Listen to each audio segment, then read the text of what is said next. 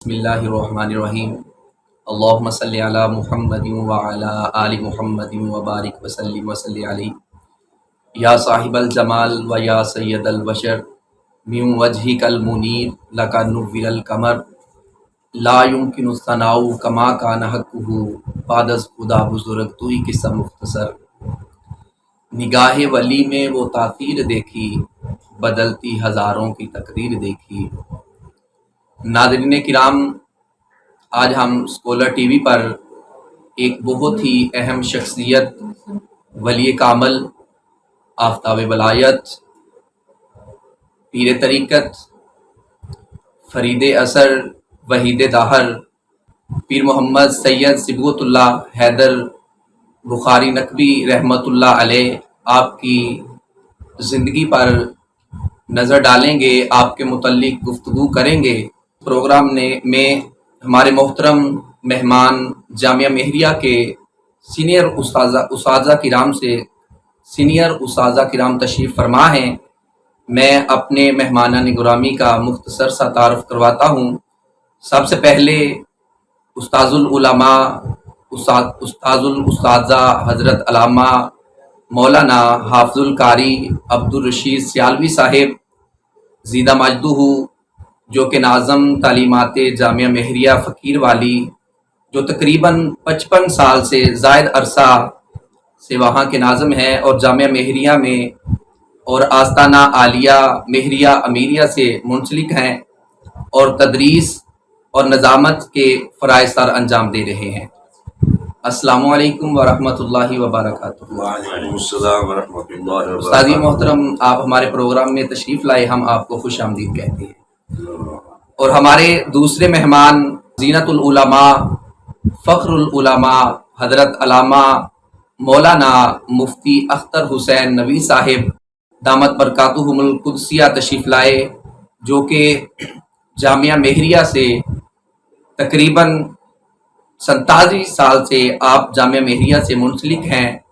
آپ نے جامعہ مہریہ میں ہی تعلیم حاصل کی اور 37 سال سے آپ جامعہ مہریہ میں تدریس اور افتضاح کے فرائض سر انجام دے رہے ہیں۔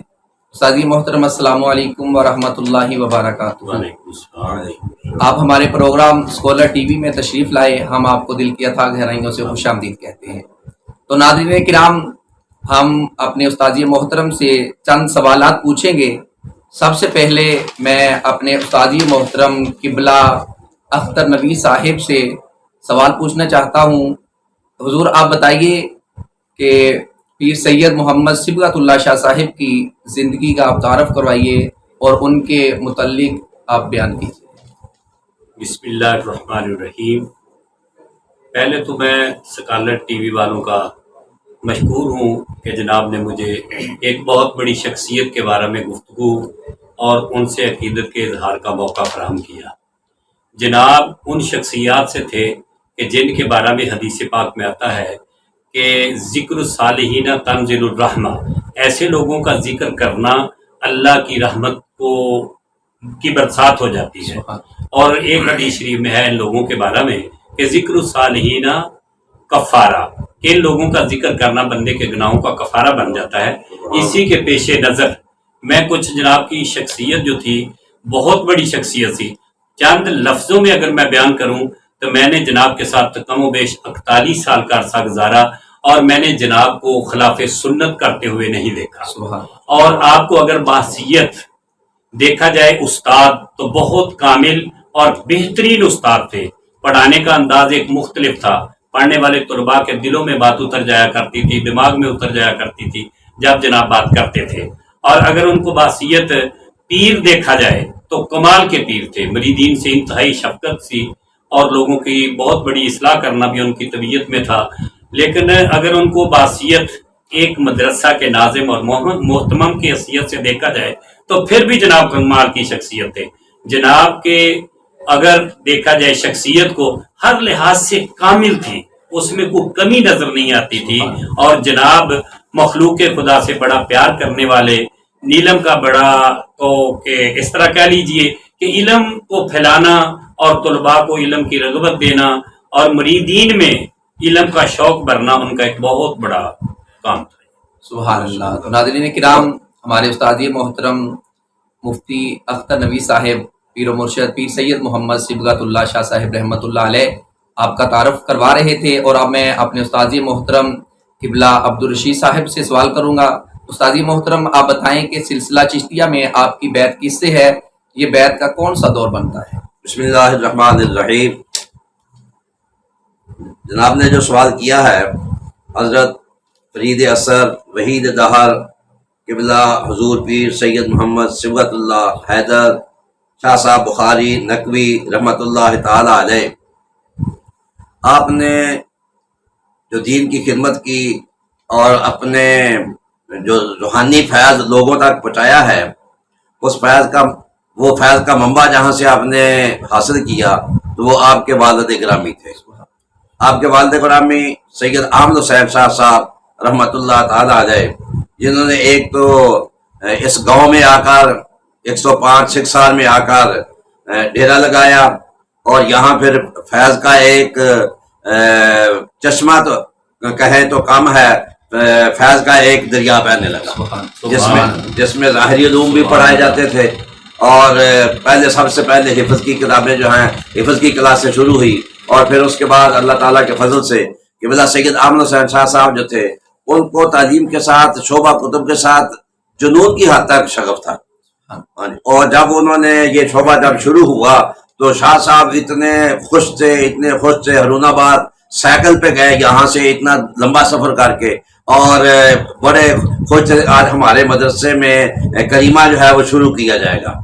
اور قبلہ شاہ صاحب سید محمد صبغت اللہ شاہ صاحب حیدر نقوی بخاری رحمۃ اللہ تعالی علیہ نے، آپ نے ظاہری علوم میں کمال حاصل کیا، اور پھر جب ظاہری علوم میں کمال حاصل کر لیا تو پھر اپنے والد صاحب سے ہی روحانیات جو تھی وہ بھی، اس کی تربیت بھی اپنے والد صاحب سے ہی نہیں. آپ کے والد صاحب جو تھے وہ روحانی فیضان کا ایک سر چشمہ تھے، اور قبلہ شاہ صاحب فرمایا کرتے تھے کہ جو سلسلہ نقش بندیہ کا فیض جو ہے وہ ہمارے خاندانی طور پر ہم میں پہلے سے تھا، کیونکہ ان کے پردادا جو تھے انہوں نے سلسلہ نقش بندیہ میں بیعت کی تھی، اور وہ سلسلہ جو تھا وہ آگے چل رہا تھا. اور پھر آپ نے پہلے سلسلہ نقش بندیہ میں بیعت کی، اور پھر آپ نے اپنے والد صاحب سے ہی سلسلہ چشتیہ میں بیعت کی. پہلے آپ سلسلہ نقش بندیہ میں بیعت فرماتے رہے. یہ دور جو ہے دیکھیں تو تقریباً سن 74 بنتا ہے. سن 74 میں آپ نے اپنے والد صاحب سے یہ دونوں بیعتیں کی، سلسلہ نقش بندیہ میں بھی اور سلسلہ چشتیہ میں بھی. پہلے کچھ دیر آپ سلسلہ نقش بندیہ میں لوگوں کو بیعت کرتے رہے، اور پھر آخر میں اور سلسلہ جو ان کے خاندان کے لوگ جو ہیں، پہلے سب عام لوگ بھی مرید ہوتے رہے، لیکن ان کے خاندان کے لوگ جو تھے وہ بالخصوص آ کر آپ ہی سے بیعت ہوئے.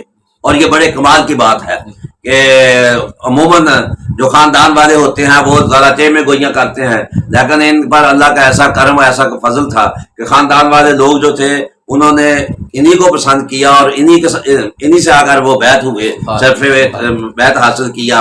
اور پھر انہوں نے ان کا جو تھا روحانی ان کی منزلیں جو تھیں وہ خوب اچھے طریقے سے.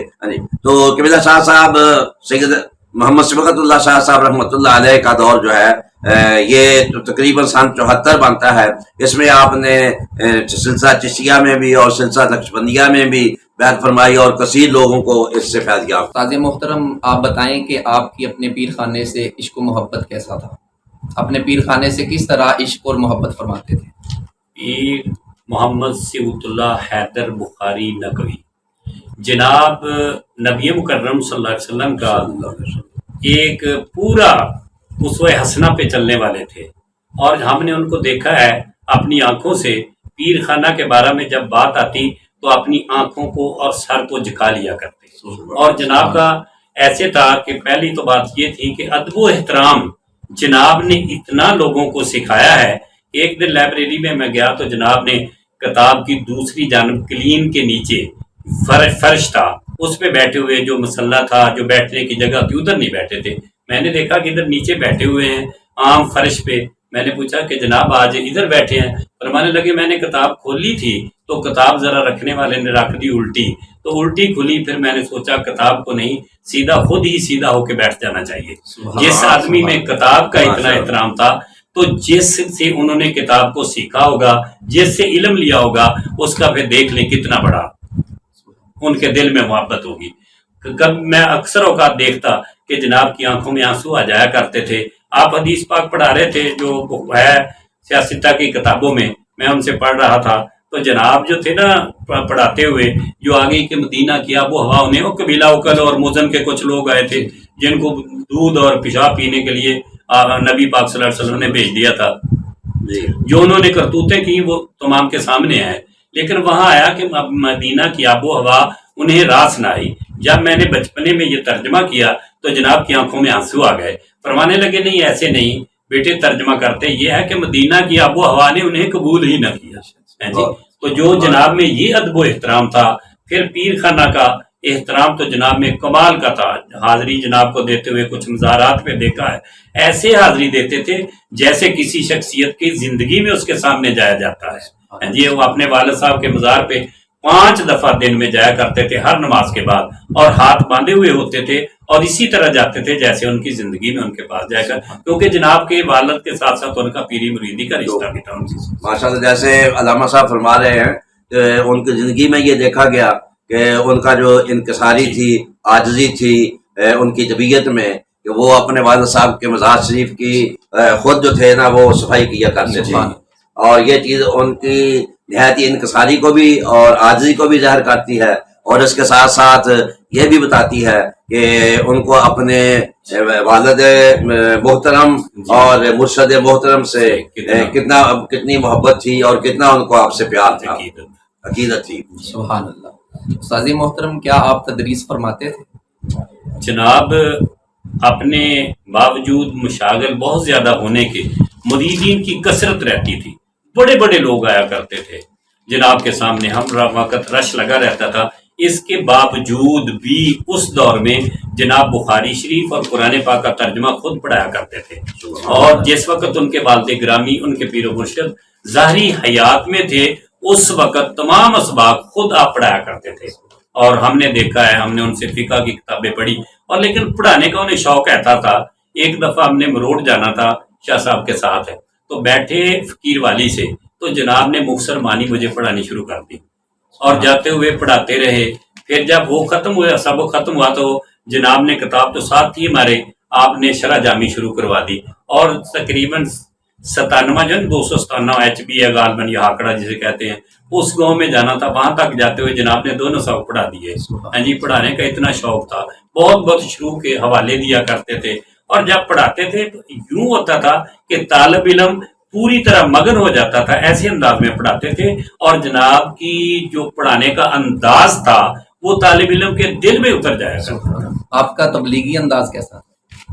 جناب کا پہلا کچھ جمعہ پڑھایا کرتے تھے، آپ کا تبلیغی انداز بڑے مدھم لہجہ میں گفتگو کرتے تھے، کوئی زیادہ جیسے ہوتا ہے کوئی خاک مارنا کہہ لیجئے، مجھے دور میں چل گیا جی، بہت اونچی آواز سے بولنا، اس طرح گفتگو فرماتے تھے جیسے عام آدمی محفل میں بیٹھ کر بڑے اچھے انداز سے کرتا ہے۔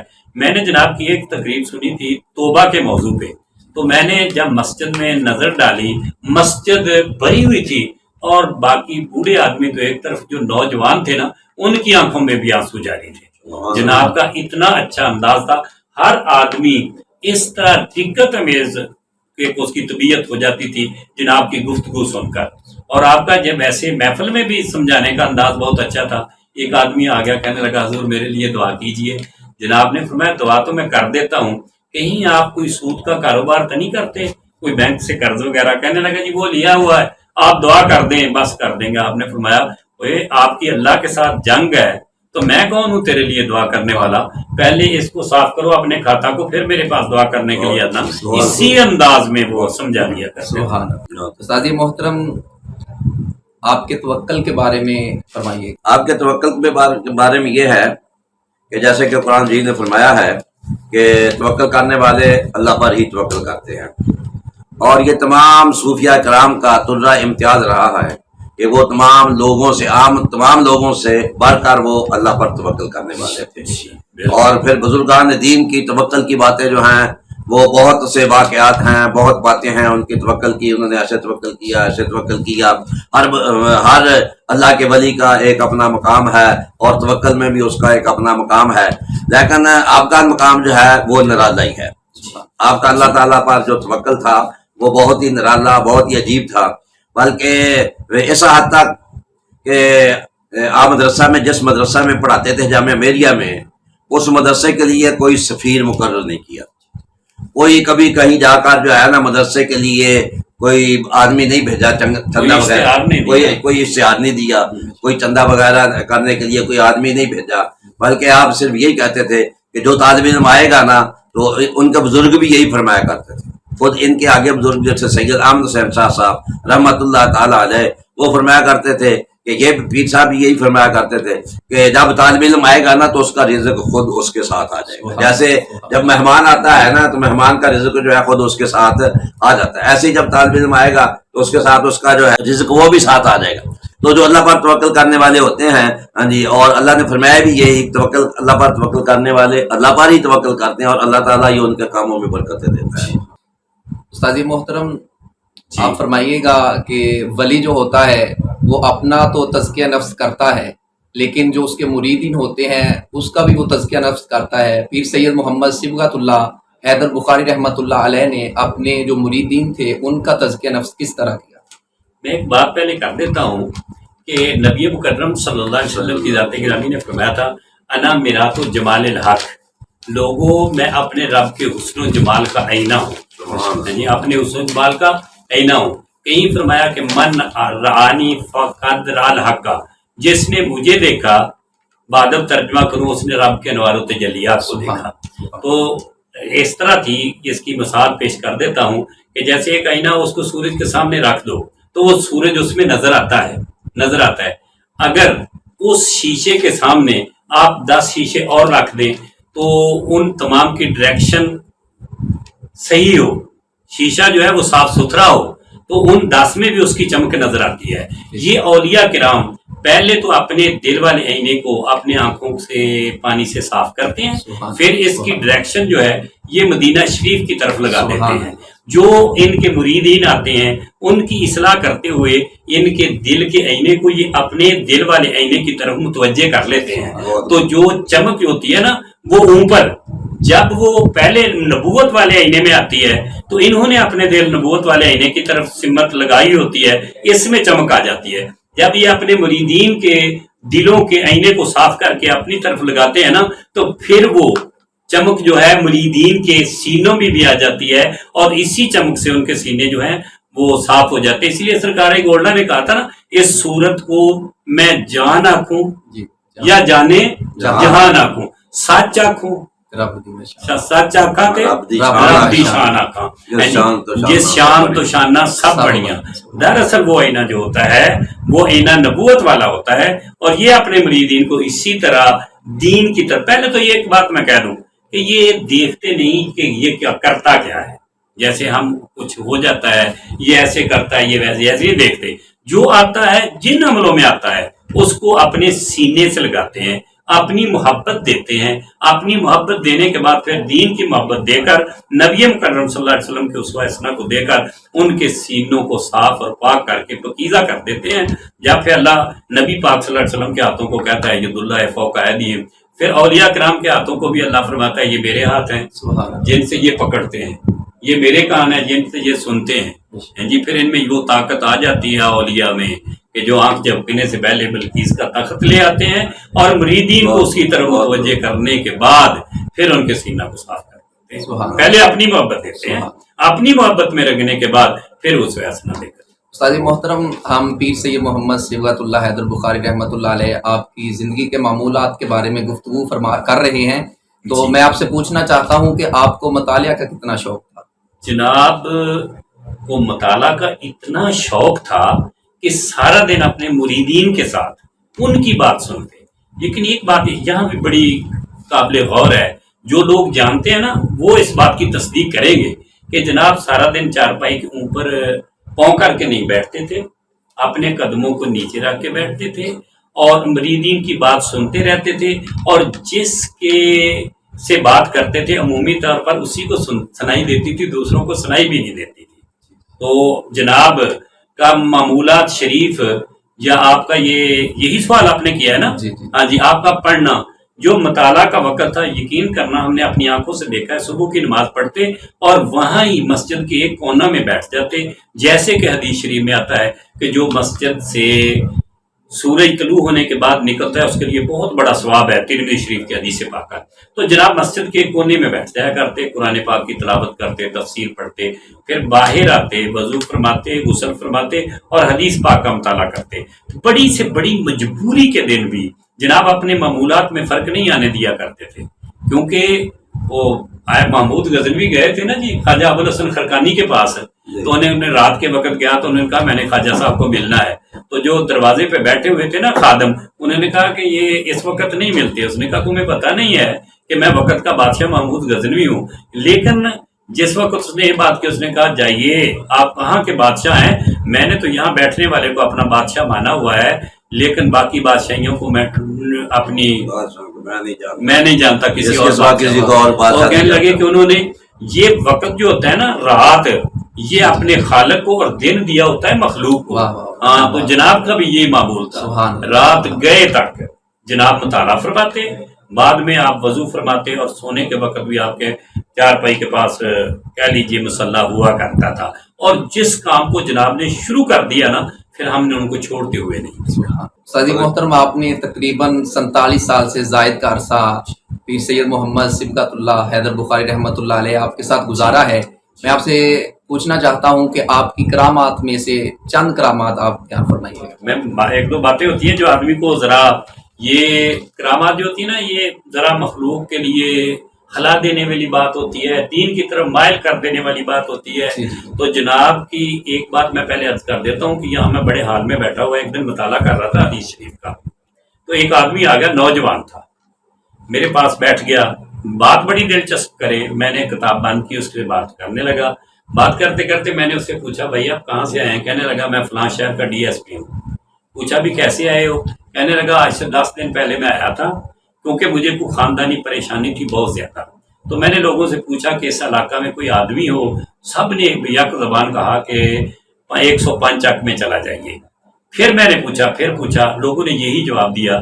کہنے لگا آج سے تقریباً 10 دن پہلے میں آیا، مدرسہ کے گیٹ سے 3 ایکڑ پیچھے میں نے اپنی گاڑی کھڑی کی، اور پھر میں نے پیدل آیا، کوئی میرے ساتھ آدمی نہیں تھا، سول کپڑوں میں تھا، میں آیا، رات کا وقت تھا، تو لوگوں کا پھر بھی ہجوم تھا جناب، کمرے میں بیٹھ کے ایک ایک آدمی کی بات سنتے تھے۔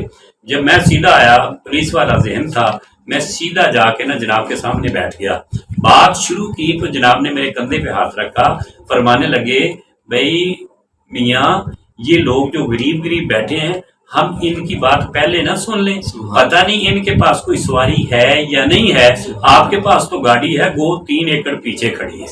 کہنے لگا بس اس بات نے مجھے ہلا دیا۔ میں نے سوچا آپ تو صحیح جگہ پہ گیا ہوں جس کی میں تلاش میں تھا۔ میں ایک طرف کونے میں ہو کے بیٹھ گیا۔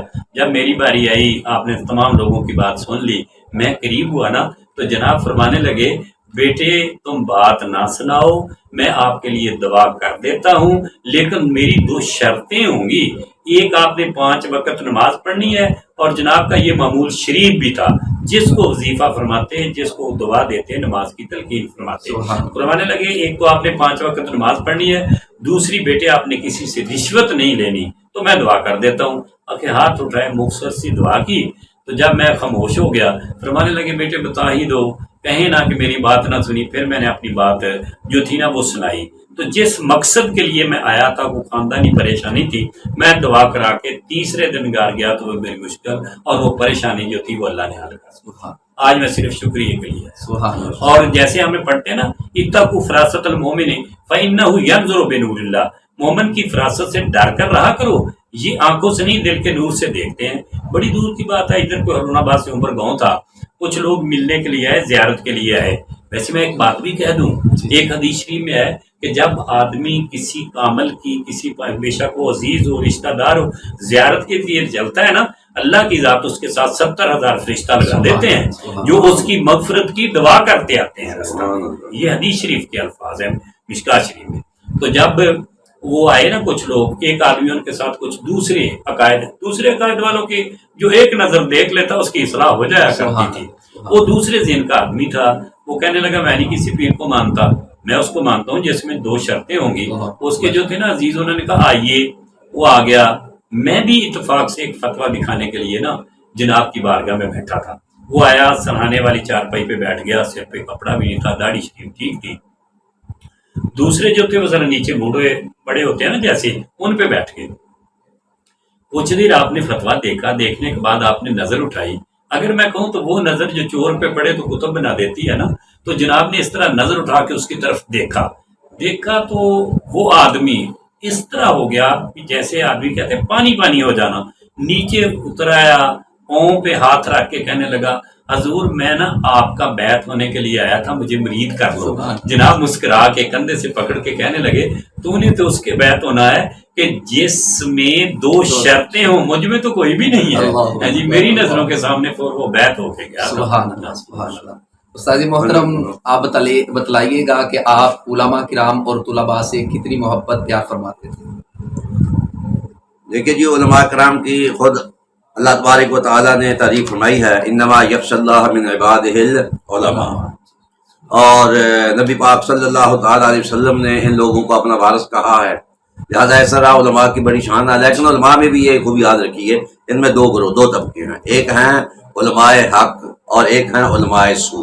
علماء سو جو ہیں نا، ان سے بچنا بہت ضروری ہے، وہ عقائد کو بھی بگاڑ دیتے ہیں، اعمال کو بگاڑ دیتے ہیں۔ آج کل میں دیکھتا ہوں کہ طرح طرح کے جو ہے نا ایسے فتنے پاکستان میں بہت اٹھے ہوئے ہیں، کوئی ادھر سے کوئی فتویٰ دے رہا ہے، کوئی فتویٰ دے رہا ہے۔ حدیث شریف کہہ رہی ہے نا امن تاخذون، پڑھنے سے پہلے بندہ دیکھا کرو کس سے علم حاصل کرنا۔ اور ایسے ہی حدیث میں فرمایا گیا کہ ایک دور ایسا آئے گا کہ آدمی کو دین حقہ پر قائم رہنا اتنا مشکل ہو جائے گا جیسے ہاتھ میں آگ کا انگارہ پکڑنا۔ اب وہ دور آ چکا ہے کہ جو ہے نا صرف ظاہری علوم والے حضرات جو ہیں ان کے بڑی گروہ بندی ہے اور بڑے ادھر ادھر کھینچ رہے ہیں۔ بس آج جو جس نے دین محفوظ کرنا ہے وہی لوگ ہوں گے جو کسی اللہ والے کے لڑ لگ گئے، ہاں جی، جو کسی اللہ والے کے بیعت ہو گیا اور اس کے ساتھ ان کو محبت ہے وہ تو۔ آپ جو تھے علماء سے بہت زیادہ پیار فرماتے تھے، جب بھی کوئی عالم آتا پہلی بات یہ ہوتی اس سے بڑے اتفاق سے ملتے، دوسری بات یہ ہوتی کہ اس کے لیے یا علماء کی تو پھر شان ہی کیا، یہاں ہم دیکھتے تھے کہ اگر کوئی عام آدمی آ جاتا تھا نا، ایک دفعہ میں نے دیکھا کہ آپ اپنے سین میں بیٹھے ہوئے تھے، کافی لوگ ادھر ادھر آپ کے ساتھ ملنے کے لیے بیٹھے تھے، اور ایک آدمی آیا، نوجوان تھا، سیاہ رنگ کا تھا، اور اس کے چہرے پہ نا کوئی بدصورتی کے داغ دبے تھے۔ اس نے آپ کے ساتھ چارپائی پہ بیٹھے تھے، اس نے آپ کے ساتھ آپ کے قریب آ کر کہا میں آپ سے بات کرنی ہے۔ آپ نے فرمایا یہی بات کرنی ہے یا علیحدہ بات کرنی ہے؟ اس نے کہا میں حضرت علیحدہ آپ سے بات کرنی ہے۔ تو آپ نے اسی وقت چارپائی سے اٹھے اور اس کے ساتھ چلے گئے، تھوڑا سا آدمی اسے دور ہو کر نا اس کی بات سننے لگے۔